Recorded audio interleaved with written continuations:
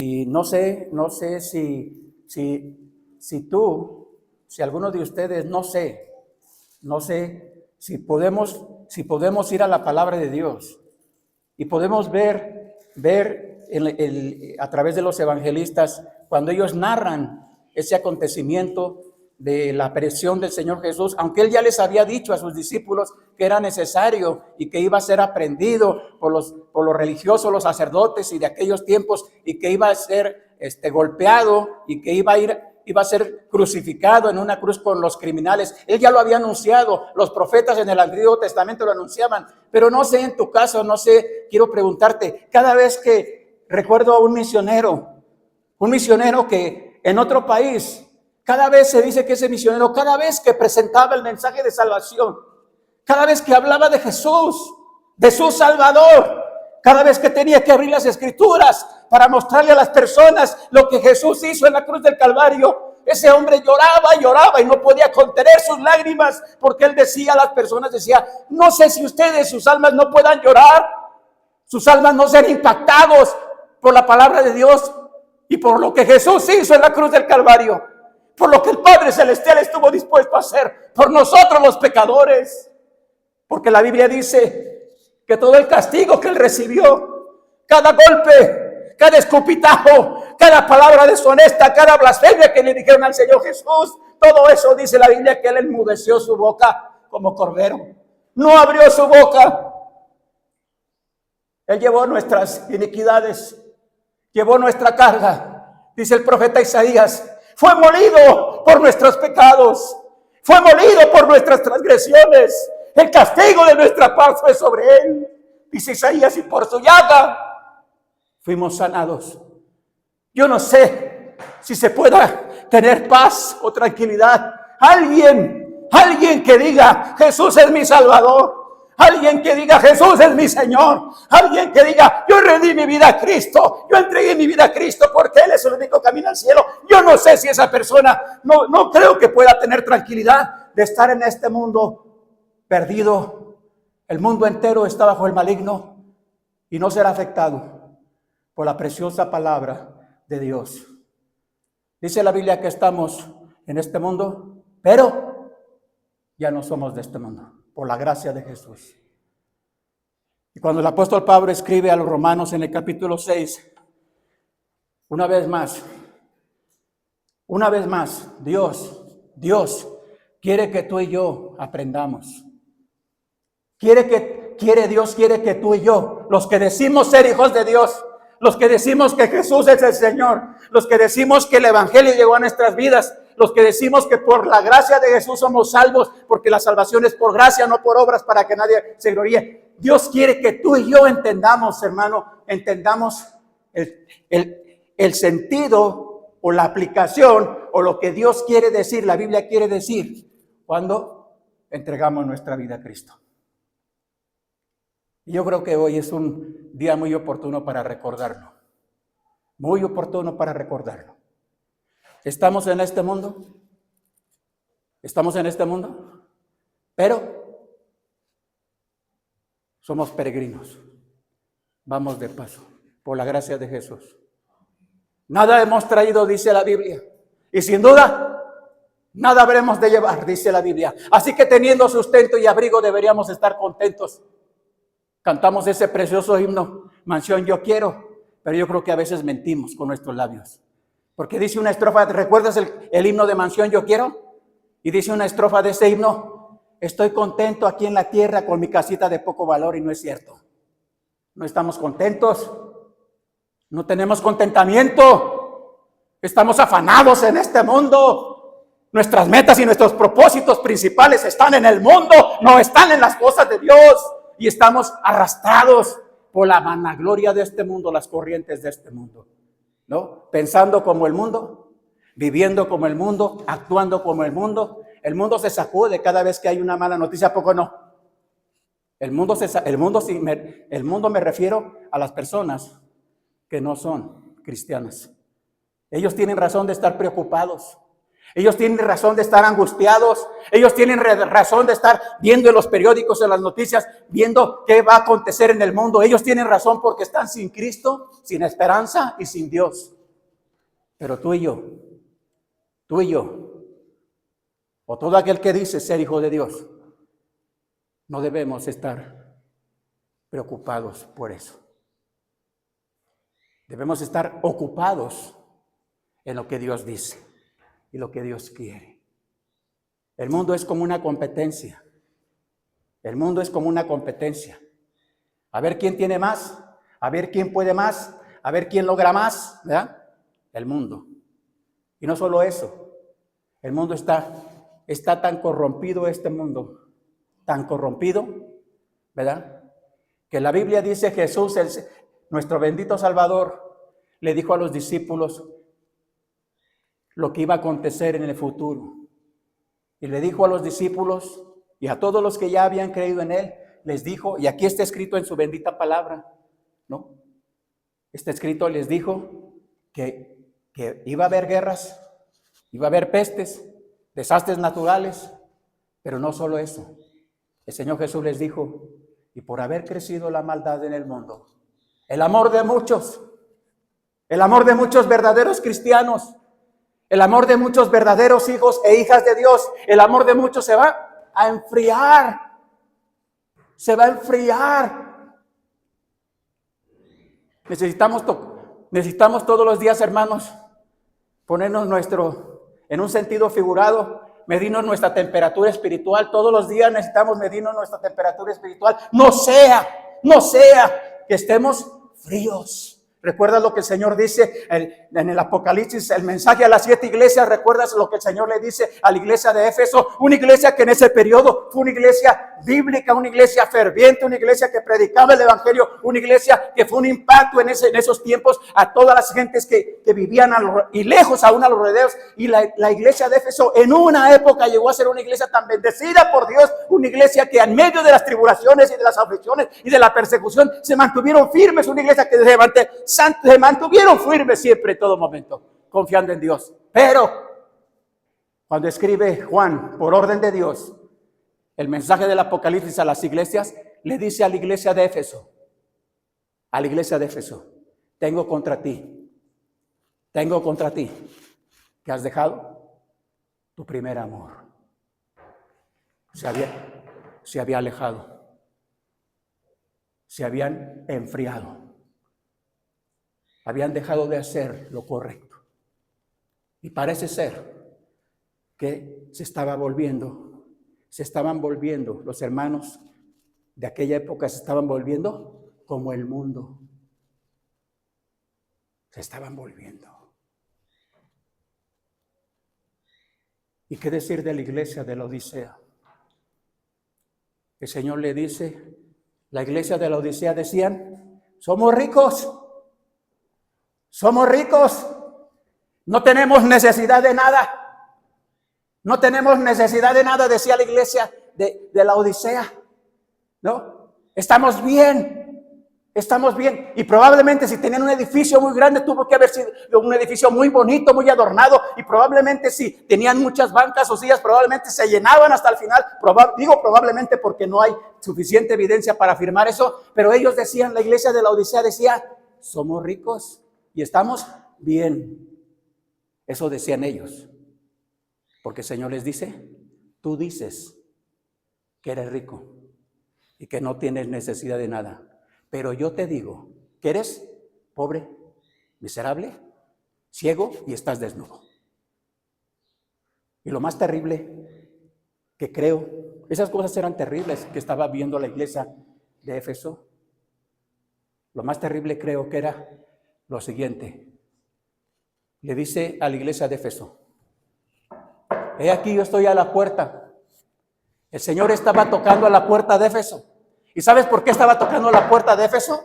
¿Sabes por qué? Porque estaba afuera. Por eso estaba tocando a la puerta de Éfeso. Lo habían echado fuera. El Señor estaba afuera. Él no era el rey. Él no era el que recibe toda la gloria. Él no era el principal de esa iglesia. Él no lo era. Por eso está tocando a la puerta de Éfeso, pidiéndole a la iglesia de Éfeso que abriera la puerta para que le permitieran entrar. ¿no? Permitiendo que le permitieran. ¿Cuántas personas dicen, yo le abrí la puerta de mi corazón a Cristo? Él es mi Salvador. Es probable. Pero cuando se trata de hechos, no de palabras, los hechos demuestran lo contrario. Lo contrario. ¿No? A la iglesia de Éfeso el Señor le dijo, ojalá fueses fría o caliente. Ojalá. Pero por cuanto eres tibio, te vomitaré de mi boca. Dios aborrece la mediocridad. A Dios le causa náuseas la mediocridad. No, no hay punto medio. En la Biblia, ni para Dios, no hay punto medio. De soy medio cristiano, ¿no? O soy cristiano el domingo y toda la semana, no. No lo hay. No lo hay. No está en la Biblia, ¿no? O somos cristianos o no lo somos. O somos hijos de Dios o no lo somos. O servimos a Cristo o no le servimos a Cristo, ¿no? O le honramos a Él o no le honramos a Él. O confiamos en Él o no confiamos en Él. No hay punto medio. No hay, hermano, punto medio. Recuerdo que hace años me decía un hermano, es que estoy tratando de cambiar. El Señor sabe que estoy tratando de cambiar. Pues error. Porque la Biblia dice que no debemos tratar de cambiar. La Biblia dice que debemos arrepentirnos y reconocer que solo Dios nos puede cambiar. Porque si yo trato de cambiar, ¿qué va a pasar? Voy a fracasar.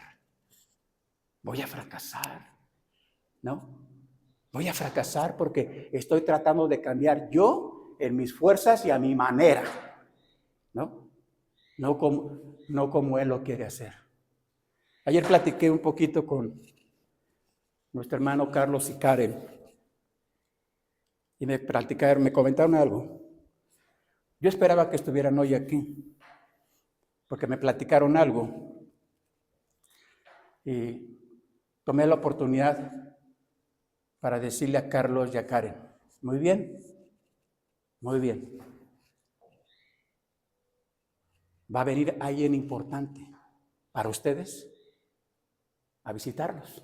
Qué bueno que los visiten, ¿no? Y le dije a Carlos y a Karen, yo creo que aquí está la oportunidad con esa persona que es importante para ustedes, que es importante, pero que no es hijo de Dios, ¿no? ¿Cuál oportunidad?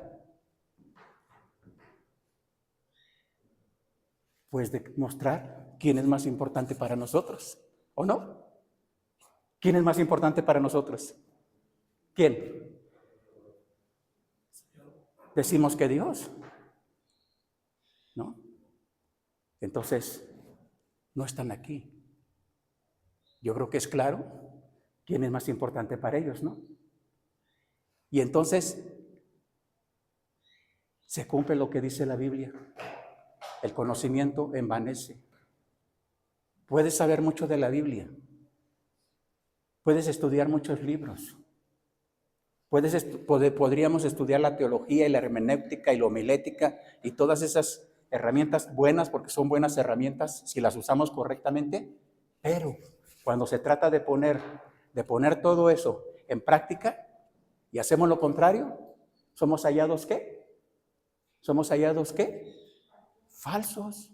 Quiere decir que entonces Dios no es primero en mi vida. Quiere decir que Dios no es el número uno en mi vida. Y le dije a ellos, qué mejor oportunidad. Inviten a esa persona, ¿no?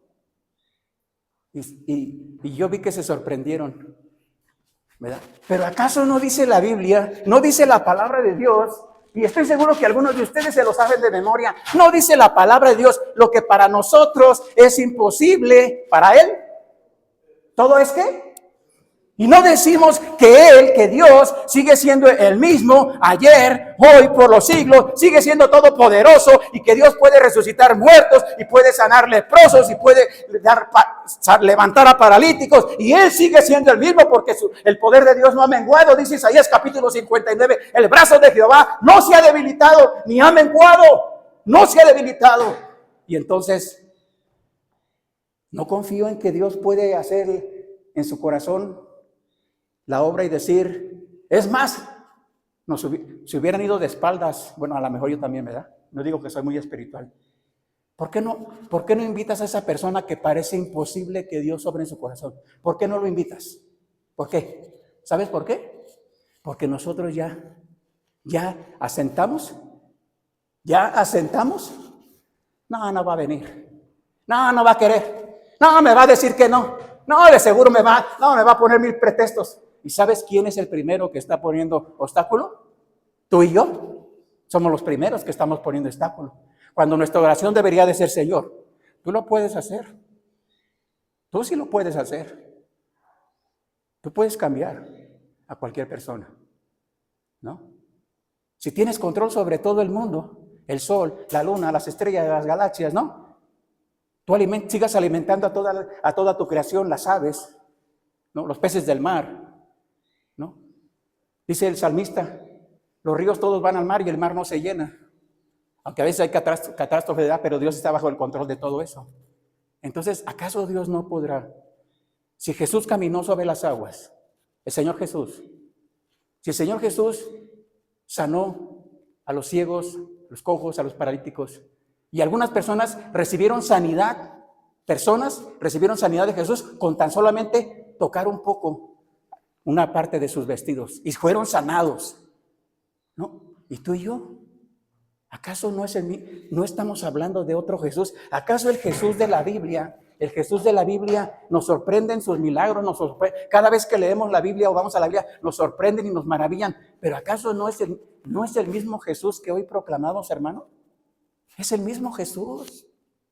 La diferencia es que algunos de ellos creyeron. Y tú y yo, si no creemos, seguiremos siendo espectadores nada más. Espectadores, ¿no? Decía un predicador que ya partió con el Señor en su experiencia pastoral de muchos años, más de 50, el Señor le permitió un ministerio de más de 50 años y decía, hace 10, 15 años tal vez para atrás, decía este predicador, pastor mexicano que ya partió con el Señor, nos decía, enseñándonos a los jóvenes, algunos no tan jóvenes, ¿verdad? Yo era un poco joven, obviamente. Tenía un poquito más de 40, estaba joven, ¿verdad? Ya le estoy raspando a los 60 y ya me estoy preocupando. Y nos decía el predicador para enseñarnos a nosotros. No es lo mismo estar en las gradas que estar en el ruedo. No es lo mismo. ¿Sí entiendes? ¿Has estado en las gradas? Yo sí he estado en las gradas hablando secularmente en un sentido, ¿verdad? Hace muchos años recuerdo que fui a ver varios partidos de fútbol, soccer de primera división, que dicen de primera, pero parecen de los más chafas, ¿verdad? Y recuerdo que estábamos ahí en las gradas, bueno, muchos, ¿verdad? Viendo, y desde las gradas, no, hombre, y ese está bien, y no, hombre, todos están mal, todos no saben, no, son unas piedrotas, todos, y todavía les pagan para acabarla, ¿no?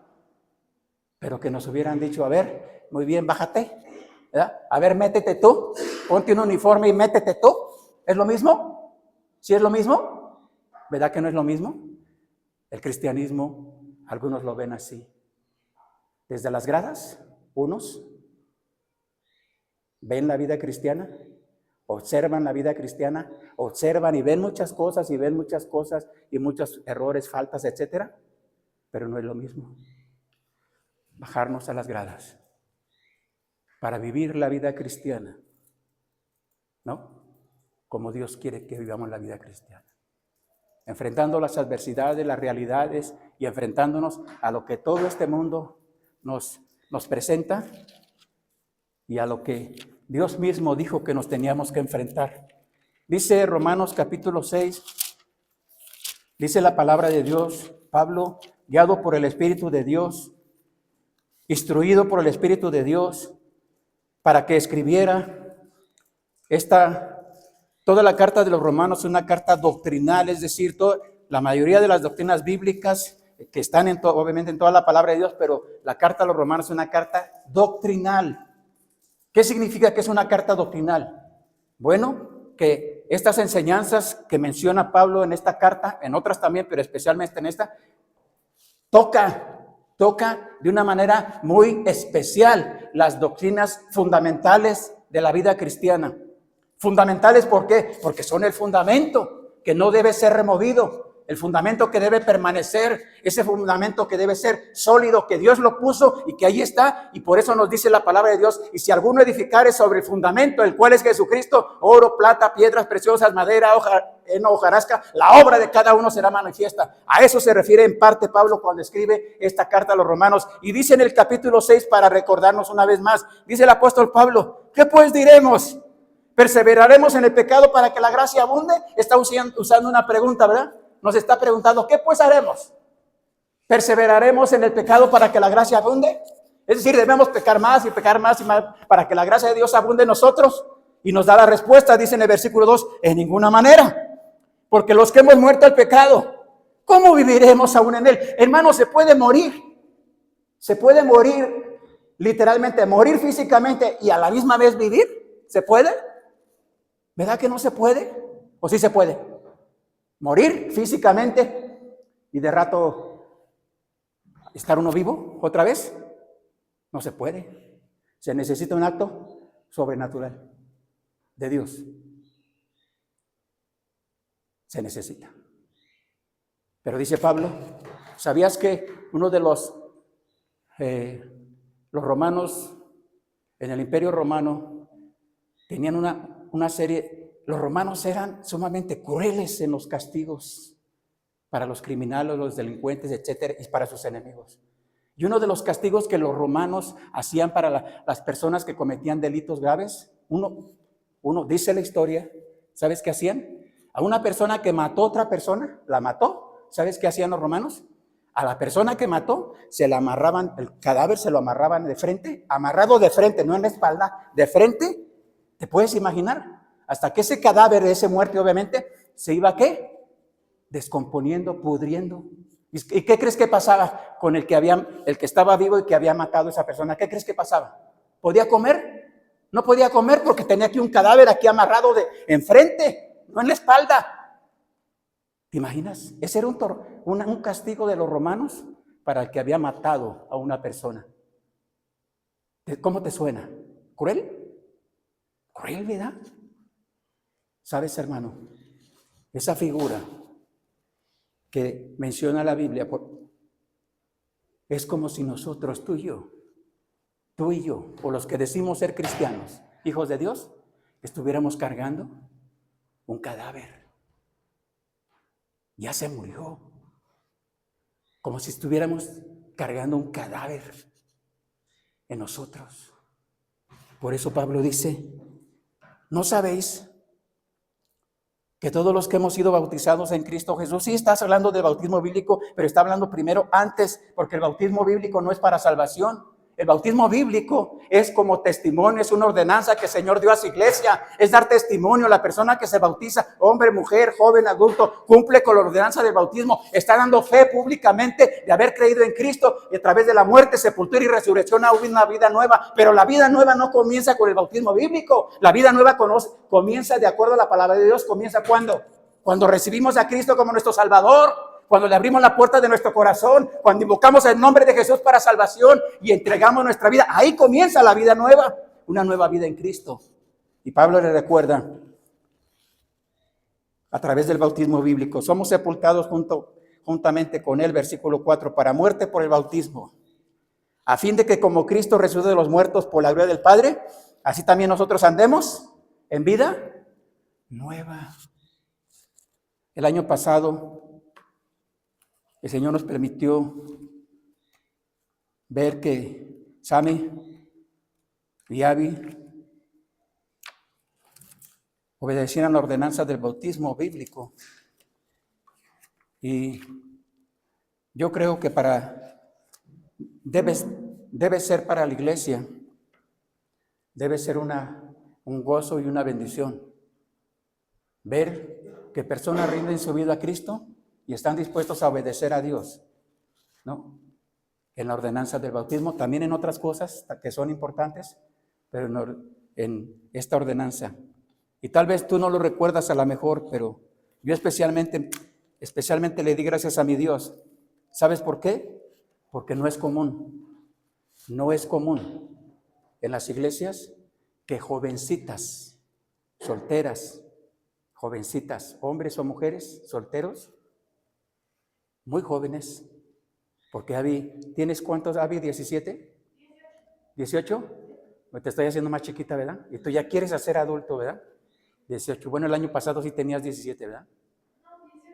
Ah, perdón. Bueno, así quedamos 18, no voy a ser que armemos la guerra. Pero, eso alegró mi corazón porque le dije, Señor, quiere decir que sí hay jóvenes que quieren saber de Cristo, que sí hay jóvenes que tienen temor de ti, que sí hay jóvenes que están dispuestos, ¿no?, a creer lo que tu palabra dice, y que sí hay jóvenes que están dispuestos a decir, yo quiero obedecer la voluntad de Dios, ¿no? Y eso alegró mi corazón. Como creo que la Biblia nos muestra cuando dice la palabra de Dios en el libro de los Hechos, cuando la iglesia primitiva iba en cumplimiento al mandamiento de su bendito Salvador, iban, dice la Biblia, que predicaban el evangelio todos los días, unos en el templo y otros por las casas, no cesaban de enseñar y predicar a Jesucristo, y el Señor añadía a la iglesia cada día a los que habían de ser salvos. ¿Cómo? A través del bautismo bíblico, ¿verdad? Añadía a la iglesia y había gozo, había un gran gozo y tenían todas las cosas en común, dice la palabra de Dios.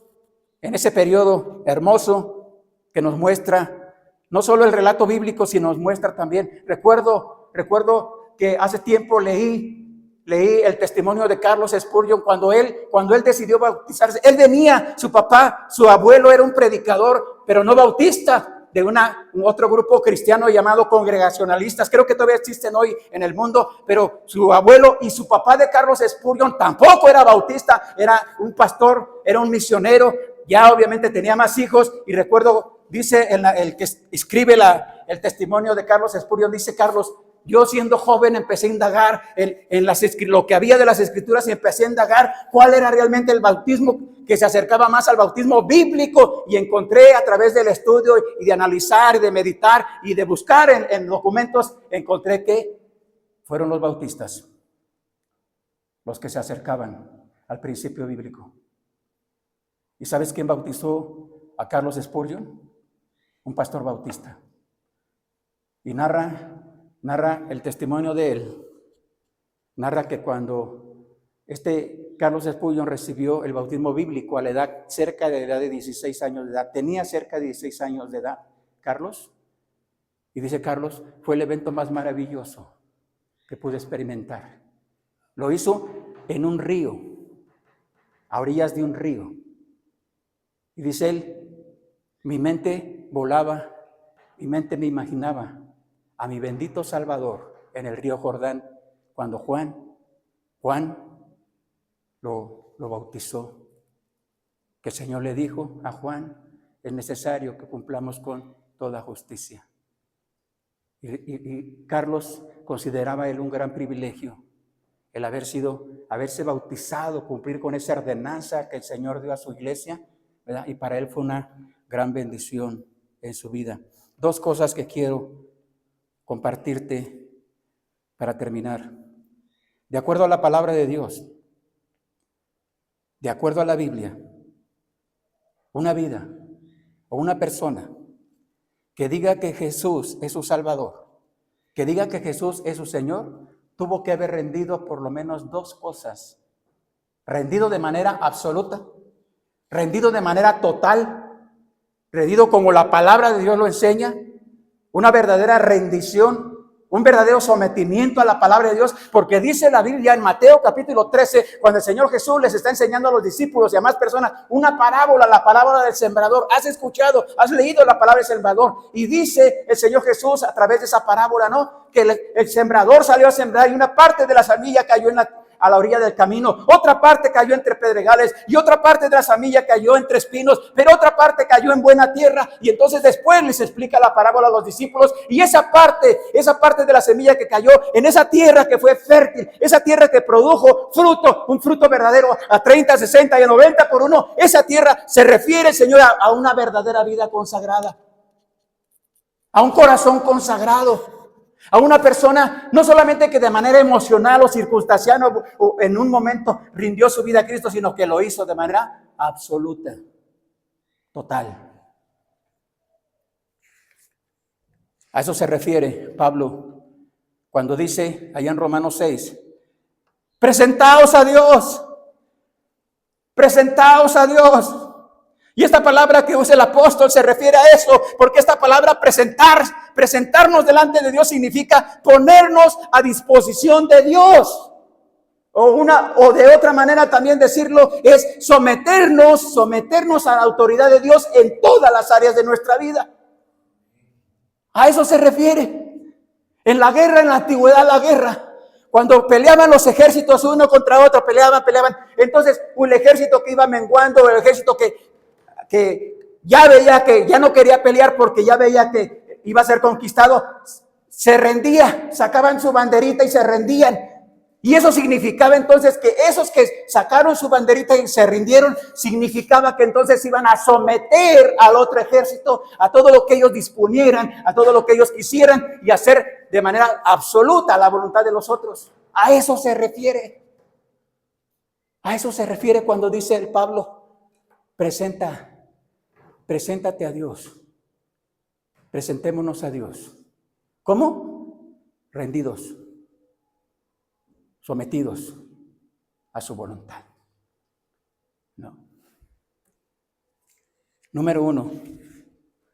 Primera característica. Rendir nuestra voluntad a Cristo. San Juan capítulo 7, versículo 17. Si quieres me puedes seguir, buscarlo en tu Biblia. Dice el evangelista Juan, en el capítulo 7, el versículo 17, dice la palabra de Dios, el que quiera hacer la voluntad de Dios, conocerá si la doctrina es de Dios o si yo hablo por mi propia cuenta, dice el Señor. El que quiera hacer la voluntad de Dios, conocerá si la doctrina es mía o es de Dios, dijo el Señor Jesús. ¿Qué significa? Si yo quiero rendir mi vida a Cristo o digo que he rendido mi vida a Cristo, lo primero que tengo que rendir es mi voluntad. Y en primera de Juan capítulo 5, más adelante el apóstol Juan, pero en su primera carta, escucha lo que dice el apóstol Juan, guiado por el Espíritu de Dios. Primera de Juan capítulo 1, versículo 5, dice la palabra de Dios. Y este es el mensaje. Sí, primera de Juan 1:5. Y este es el mensaje que hemos oído de él y os anunciamos. Dios es luz y no hay ninguna tinieblas en él. ¿Qué significa? ¿A qué se refiere? Dios quiere que rindamos nuestra voluntad de una manera total. Nuestra mente, nuestro corazón, nuestras emociones. A eso se refiere, rendirnos a él. No. Nos abrirá los ojos a la verdad de Dios. ¿Recuerdas cuando dice la Biblia en Primera de los Corintios, capítulo 4, versículo 4, dice el apóstol Pablo, dice lo siguiente, Satanás ha cegado el entendimiento de los incrédulos, ¿para qué? Para que no le resplandezca la luz del evangelio de Jesucristo. ¿No? Cuando estábamos sin Cristo, nuestra voluntad estaba rendida ¿a quién? Cuando estábamos sin Cristo. ¿A quién estaba rendida nuestra voluntad? ¿A quién? ¿A Satanás? ¿O a nosotros mismos? A nuestra propia concupiscencia. Hacíamos nuestra voluntad. Y a veces hasta decíamos, ¿verdad? Decíamos a lo mejor no, en tu caso a lo mejor no, en mi caso sí. No digo que es bueno lo que te voy a decir, porque no es bueno. ¿Es buena la soberbia? ¿Ser soberbio es bueno? No, porque la Biblia dice que es pecado. La altivez de corazón, el orgullo. Y caray, creo que me estoy describiendo. Es mi radiografía, ¿verdad? Todo eso tiene que ver con nuestra voluntad. Nuestra voluntad. Cuando a veces, no con nuestros labios, pero con nuestros hechos le decimos a Dios, pues sí, tú eres Dios. Pues sí, tú dices en tu palabra. Pero, dice nuestro hermano Alfredo, ¿verdad? Bueno, tú lo dices mejor, ¿verdad? Y más técnicamente y más. Pero, si es cierto que eres Dios, si es cierto que es tu palabra, si es cierto que son tus promesas, pero iba a hacer mi voluntad.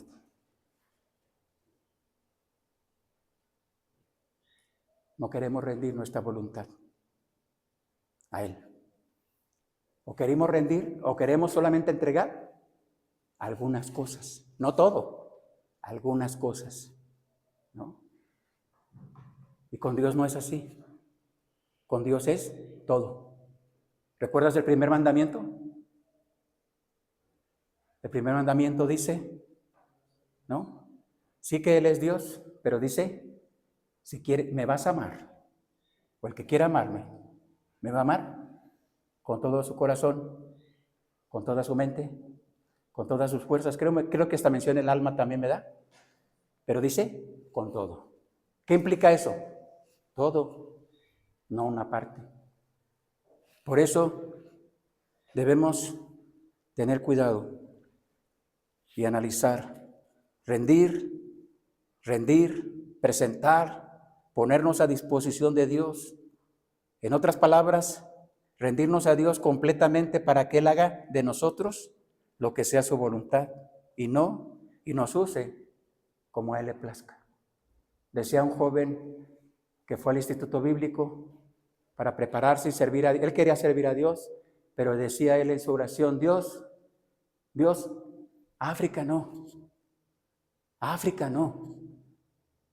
O sea, si quieres mandarme a cualquier otro país, otro continente, pero a África no. ¿Y qué crees que pasó? ¿Qué crees que pasó? Dios lo mandó a África, ¿no? Recuerdo un gran misionero, dice la historia, un gran misionero, a ver si me acuerdo de su nombre. La Junta de Misiones que hay en el mundo, en diferentes partes, lo nombró a él, un hombre preparado, un hombre capacitado, un hombre probado, ¿verdad? Lo aprobó él para que fuera de misionero a China, a la China, ¿verdad? Pero necesitaba un ayudante porque en la cultura de la China, en aquellos tiempos, no sé ahora, en aquel tiempo, todo extranjero, también los nativos, ¿no? Todo extranjero tenía que tener un servidor, un ayudante. Esa era la cultura, ¿no? Y la misión, los que se encargaban de nombrar y comisionar ese grupo de varones, no sé, me imagino, no sé cuántos eran, nombraron a tal persona como misionero, a tal persona, que creyeron que era la persona indicada, y al que fue como su ayudante, como siervo, como ayudante. ¿A quién crees que usó más Dios de los dos? ¿A quién crees? Usó al que fue como ayudante, no al que fue designado por la obra misionera. ¿Por qué? Porque rendirnos a Dios, rendir nuestra voluntad, a veces Dios nos va a pedir que le entreguemos lo que más queremos, ¿no? Así que, hermano Denis, prepárate. A lo mejor Dios te va a pedir que dejes de ver fútbol, ¿verdad? Y algunos otros también, ¿verdad? Y que cambiemos de camiseta y nos pongamos, diría un hermano, nos pongamos la camiseta ni de cualquier color, ¿no, verdad? Nos pongamos la camiseta de Cristo mejor y sirvamos a Cristo mejor. Y no solo para el hermano Denis, lo digo para mí. ¿Sabes? Si dedicáramos más tiempo a cosas de provecho en nuestra vida, no estaríamos tan arrastrados con este mundo. Pero a veces no aprovechamos, como dice la Biblia, aprovechando bien el tiempo porque los días son malos y las horas que tenemos a veces equivocadamente las invertimos en cosas que no nos aprovechan, que no son de bendición y que no tienen nada que ver con la obra de nuestro bendito Dios, ¿no? ¿Por qué no, hermano? Júntate con otro hermano o con una hermana. Vámonos a evangelizar. Si no puedes en domingo o en lunes o en martes o en jueves, vámonos a evangelizar. Y es más, vámonos en aquellos días que parece imposible hacer evangelismo. ¿Sabías que en México, gracias a Dios por ello, en México sabías que hay muchas iglesias cristianas, gracias a Dios por ello, que salen a evangelizar? Unos salen el lunes, un grupo sale el lunes, otros grupos salen el martes, otros grupos salen el miércoles, otros grupos salen y digo grupos porque algunos son grupos, o sea, son más de dos, ¿verdad? Son más de 2. Salen el jueves y otros el viernes, otros el sábado y el domingo. Inclusive el domingo hay iglesias que salen después de tener el servicio, salen a evangelizar. ¿Se puede evangelizar? Sí, se puede evangelizar. Esos hermanos no trabajan. Sí, trabajan los hermanos. Lo que pasa es que han designado un tiempo para servir a su Señor. ¿Se puede? Sí se puede. Es cuestión de querer hacerlo. Querer hacer la voluntad de Dios. Rendirnos a Él, rendir nuestra voluntad, implica, hermanos, renunciar a todo aquello que no es bueno para nuestra vida y que el Señor quiere que lo desechemos de nuestra vida. San Mateo capítulo 6 dice la palabra de Dios. Ya lo tengo yo, por favor, nada más escúchame. Escucha lo que dice la palabra de Dios. Está hablando Jesús y el versículo 22 y 23 dice lo siguiente, el Señor Jesucristo. Versículo, 22 y 23. La lámpara del cuerpo es el ojo. Está haciendo una figura, obviamente. Así que si tu ojo es bueno, ¿todo tu cuerpo qué? ¿Estará lleno de qué? De luz. ¿Sí estás conmigo ahí, verdad, hermano? Si nuestro ojo es bueno, si en nuestro ojo hay luz, ¿cómo va a estar todo nuestro cuerpo? Lleno de luz. Aquí hay una aplicación, hermano. Tengamos cuidado con lo que vemos. Tengamos cuidado con lo que vemos, ¿no? Y tú, a lo mejor algunos dirán, hermano, yo no veo pornografía, no veo videos obscenos, no veo novelas o películas en mi teléfono. Podemos decir. Pero Dios, que es Dios, todo lo ve y sabe perfectamente qué es lo que tú y yo vemos. Y si lo que tú y yo vemos todos los días es bueno, ¿cómo estará nuestro cuerpo? ¿Es luz? ¿Cómo estará nuestro cuerpo? ¿Habrá luz? ¿Será algo bueno? Si lo que estamos viendo. Y sigue diciendo, así que, dice el versículo 23, si la luz que en ti hay es tinieblas, ¿cuántas no serán las mismas tinieblas? Lo voy a leer una vez más. Dice el versículo 23, pero si tu ojo es maligno, todo tu cuerpo estará ¿en qué? En tinieblas. Si tu ojo es maligno, todo tu cuerpo estará en tinieblas. Creo que esta es una de las razones por las cuales muchos cristianos, hermano, no están madurando, no estamos madurando, no estamos creciendo, no estamos viendo la obra de Dios, las cosas de Dios, no queremos ver las maravillas de Dios. Creo que a eso se refiere el Señor Jesús cuando dice esto, porque nuestro ojo es malo. Estamos viendo más lo malo. Estamos alimentando lo malo a través de los ojos. Y entonces, ¿cómo está nuestro cuerpo? ¿Cómo está? ¿Lleno de qué? De maldad, ¿no? Lleno de maldad. Por eso Jesús dijo, yo soy la luz del mundo. El que en mí anda, no andará en tinieblas, sino que verá la luz de la vida. Y por eso Primera de Juan dijo eso.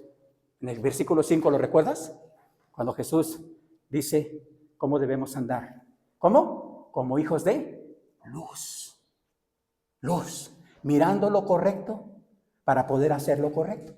Pero si yo no miro lo correcto, no miro lo que es bueno, no miro lo que es agradable para Dios, ¿acaso voy a poder entonces hacer lo correcto? No, no se puede. No. Este es el principio que nos muestra la palabra de Dios. Una vida y una voluntad rendida a Dios. Y por último, hermanos, entregarnos o rendirnos a la oración. ¿Quieres avanzar en tu vida cristiana? ¿Queremos avanzar en nuestra vida cristiana? Sí, hermano, ¿quieres avanzar en tu vida cristiana? Yo quiero avanzar en mi vida cristiana, pero ¿sabes qué dice la Biblia? Que entonces debo orar sin cesar. Orar sin cesar. Pero hacer la oración que dice la Biblia, esa oración que Dios escucha, esa oración que no tiene estorbo, esa oración que brota de un corazón agradecido, un corazón rendido, un corazón realmente sometido a la voluntad de Dios. Y entonces la Biblia misma nos dice que la oración eficaz del justo puede mucho. Se dice No se dice de uno, de muchos. ¿Sabes cómo avanzaba la iglesia primitiva en tiempos difíciles? ¿Sabes cómo avanzaba? Con la oración. Y hasta los muros se temblaban del templo, los muros se sacudían del templo cuando la iglesia primitiva oraba. ¿Y sabes por qué se sacudía? Porque aprendieron a orar. Aprendieron a orar. Yo creo que hoy día, muchos cristianos hemos dejado a un lado esa arma poderosa, toda poderosa, que es la oración. Y ahí está abandonada. Ahí está abandonada. Se ha empolvado. Telarañas le han salido. Y ahí está. Está a nuestro alcance, pero ahí está, la hemos olvidado. Porque estamos tan ocupados queriendo resolver nuestra vida o los problemas que tenemos. Queriendo resolver la vida de nuestros hijos. Aprendí algo, a lo mejor demasiado tarde, espero que no. Aprendí algo que estoy haciendo hace pocos años.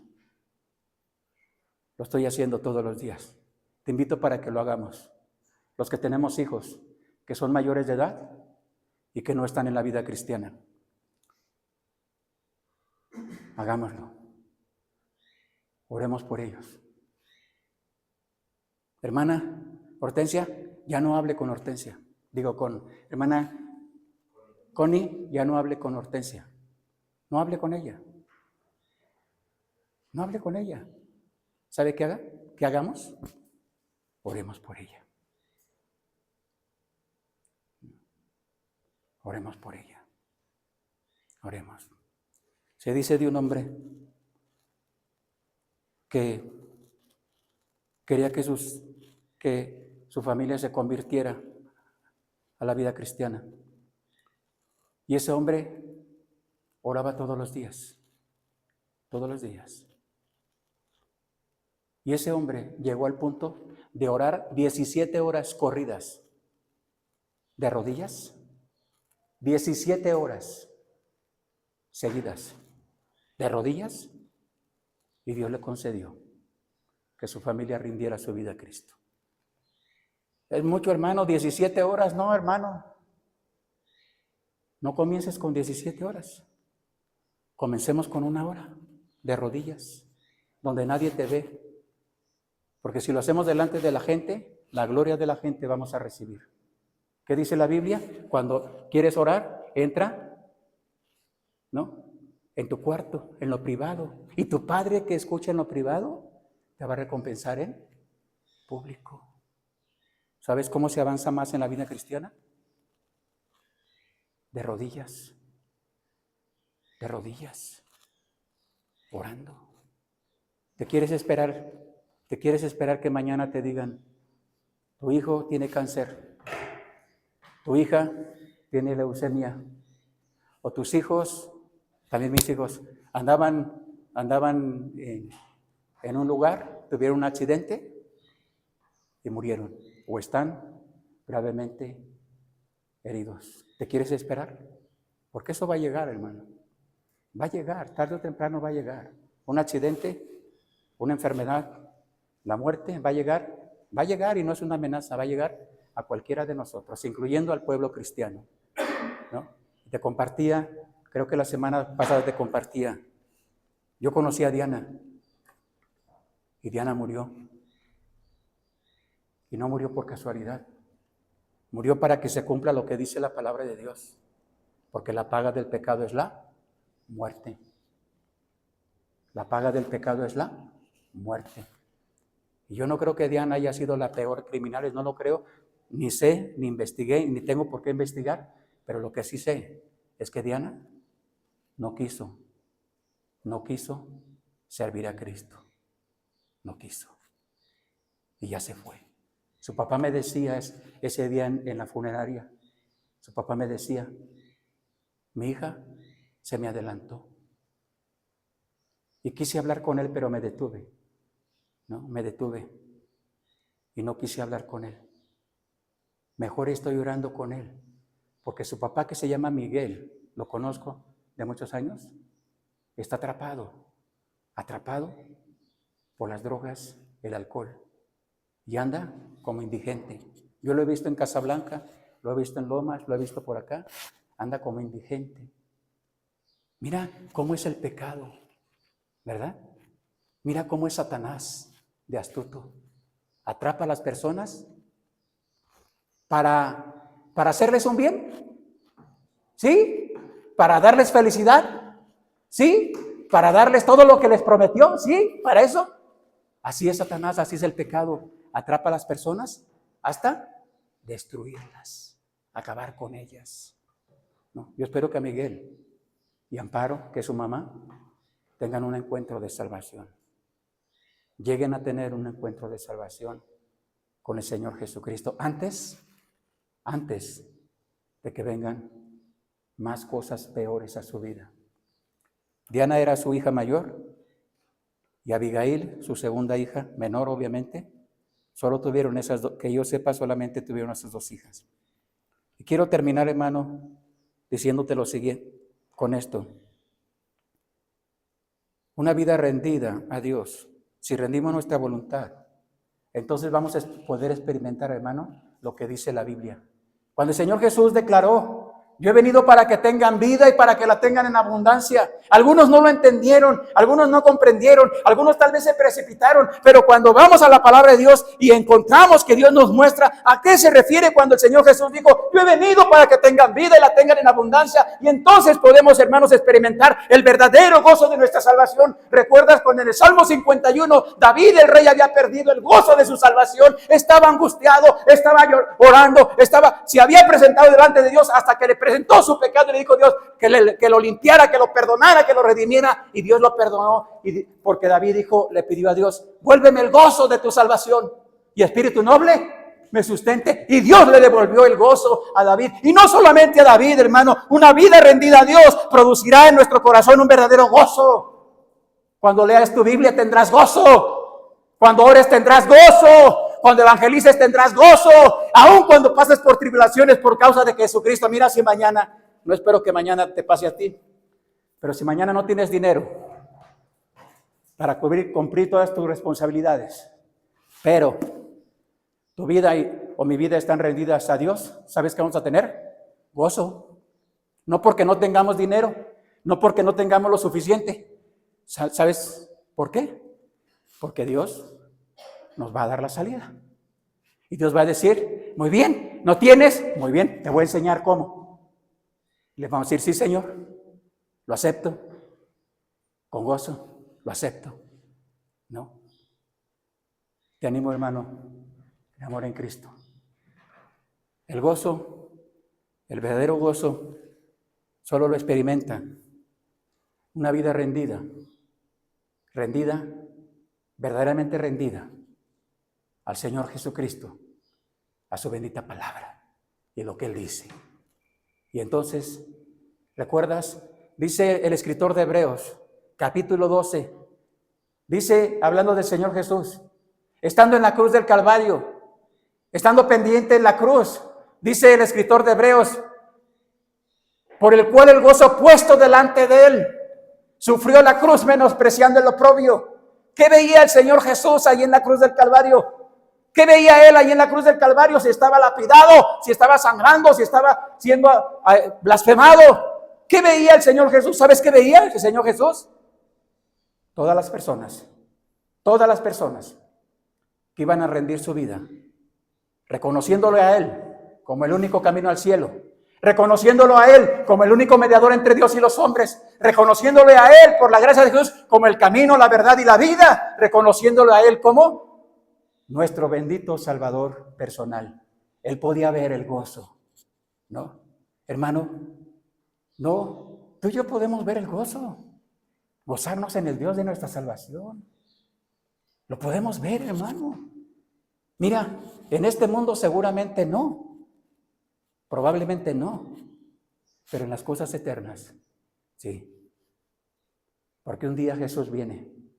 ¿Y tú crees que ese día que Jesús viene va a haber tristeza con su pueblo? ¿Tú crees? Yo no lo creo. Yo creo que ese día cuando el Señor venga, habrá gran gozo, alegría.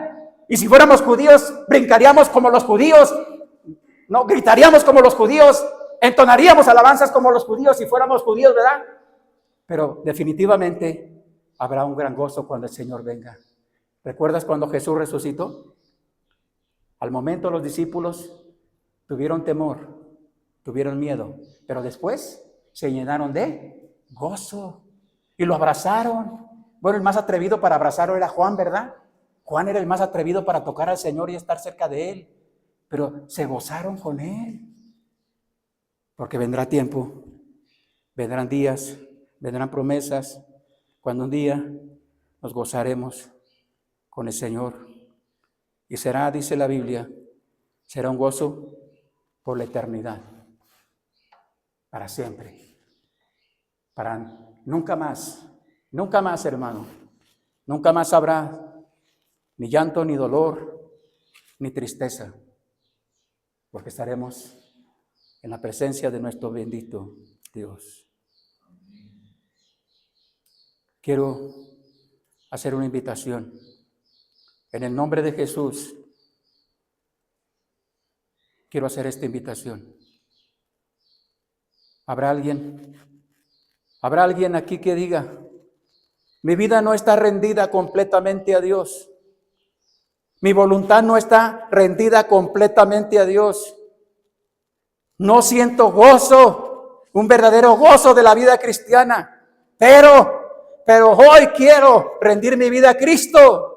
Quiero rendir mi voluntad, quiero rendir todo lo que sea necesario, rendirlo a mi Dios para poder experimentar el verdadero gozo de estar, de presentarme a Dios, de someterme a Él en todo lo que Él quiera que haga. ¿Habrá alguien que diga, hermano, yo quiero hacerlo hoy? Vamos a orar. Si hay alguien, levanta tu mano, quiero orar. Que Dios te bendiga, hermana. ¿Habrá alguien más que diga, hermano, yo quiero rendir mi vida? Que Dios te bendiga, hermano. Que Dios te bendiga, hermano. Una vez más, en el nombre de Jesús, no te resistas, hermano. No te resistas lo que este mundo ofrece. Dice la Biblia que es vano, es pasajero, es superficial. Aún las riquezas de este mundo son pasajeras. Todo lo que este mundo ofrece es pasajero, pero lo que Cristo ofrece no es pasajero. Eso es eterno porque Él es el Rey de Reyes, Él es el Señor de Señores, y lo que Él cumple lo va a hacer y está por encima de todo lo que este pobre mundo nos podría ofrecer. Decía un predicador, no te rebajes a ser presidente de la República. Eres hijo de Dios, vive como un hijo de Dios. Vivamos como un hijo de Dios, hermano. Pero es necesario presentarnos delante de Él y decirle, Dios, aquí estoy. Sí, es cierto, tienes razón. Yo soy pecador, sigo siendo pecador y no estoy haciendo lo correcto delante de ti. No he rendido toda mi vida, pero hoy quiero hacerlo. Hoy quiero hacerlo, no quiero que pase más tiempo. ¿Habrá alguien más que diga, yo quiero rendir completamente mi vida a Dios? Y que Él sea que me diga qué es lo que debo hacer a partir de hoy. ¿Habrá alguien más? Que Dios le bendiga. Que Dios les bendiga. Que el nombre de Jesús sea glorificado en todo momento. Vamos a orar, por favor. Tú en tu corazón. Padre nuestro que está en el cielo, una vez más, Señor, queremos rogarle en el bendito nombre de su Santo Hijo y su sangre, que nos ha limpiado de todo pecado, nos ha redimido de todo pueblo, toda nación, y por su gracia nos ha dado la vida eterna. Te rogamos, Señor, que en este momento tomen sus benditas manos. A mis hermanos que levantaron su mano, a las hermanas que levantaron su mano y que asentaron en su corazón que hay algo en nuestra vida que no hemos entregado, o nuestra voluntad, o alguna otra cosa que no hemos entregado. Pero hoy queremos rendirnos de manera total. Ya no queremos seguir haciendo lo mismo. Ya no queremos seguir haciendo nuestra voluntad. No, Señor. Ayúdenos. Tómenos en sus benditas manos y que a partir de hoy podamos experimentar, Señor, ese gozo verdadero, ese gozo de estar en su voluntad el gozo de nuestra salvación. Ayúdenos, Padre. Tómenos en sus benditas manos. Y rogamos, Señor, por aquellos que hoy se detuvieron, tal vez, porque no quieren compromiso, tal vez, no lo sé. Solo usted lo sabe. Que no dejen pasar tiempo. No sea que mañana les tome por sorpresa algo que no he esperado. Guárdenos, Señor. Quédese con nosotros, Padre. Se lo rogamos todo una vez más, en el nombre bendito de su Hijo Jesús, nuestro amado Salvador. Amén. Que Dios bendiga su palabra y vamos a terminar con este tiempo. Un canto más, si hay un canto más.